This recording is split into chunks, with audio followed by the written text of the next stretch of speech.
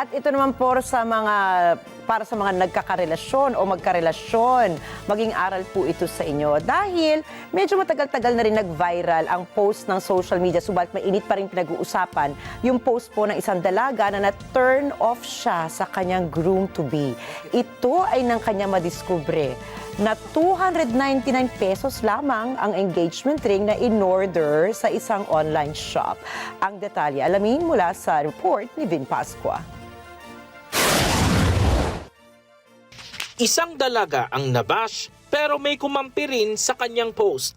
Kaya naman naging argumento ng mga netizen kung nasusukat sa material ang pagmamahalan at pagpapakasal. Gayunman sinabi ng isang relationship expert na si Aiza Tabayoyong na valid naman ang feelings o paghihimutok ng nagpost. Kasi naramdaman niya yun eh.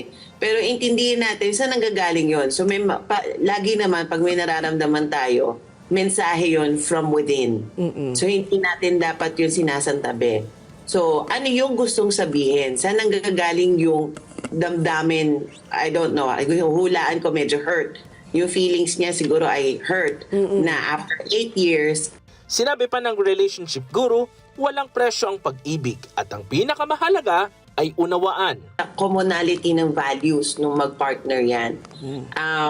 Meron nga akong kilala, sabi lang niya, naku, wala akong pake kung tansa nang ilalagay mo sa daliri ko. Basta mag-propose ka. Ayoko nung may assume ka lang na mag-aasawa tayo. Gusto ko yung may declaration. May mga gano'n naman. Yun, mga 10 taon na sila. So, personally, I don't think na nai-equate yun. Dagdag pa ng eksperto, kapag papasok na sa pagpapakasal, mahalaga na kilalanin ng isa't isa ang sarili at magplano. Kilala mo dapat yung sarili mo, what you stand for, your values, what are your likes, dislikes. Kasi kaya nga tayo nagde-date kasi kinikilala mo yung partner mo, kinikilala mo rin yung sarili mo. So take it easy. Hindi porket na in love na tayo, ay yun na yun. No? Take time to know your partner and know yourself with that partner and what you stand for. Then Pascua para sa mata ng Agila. Batata, matapang, matapa.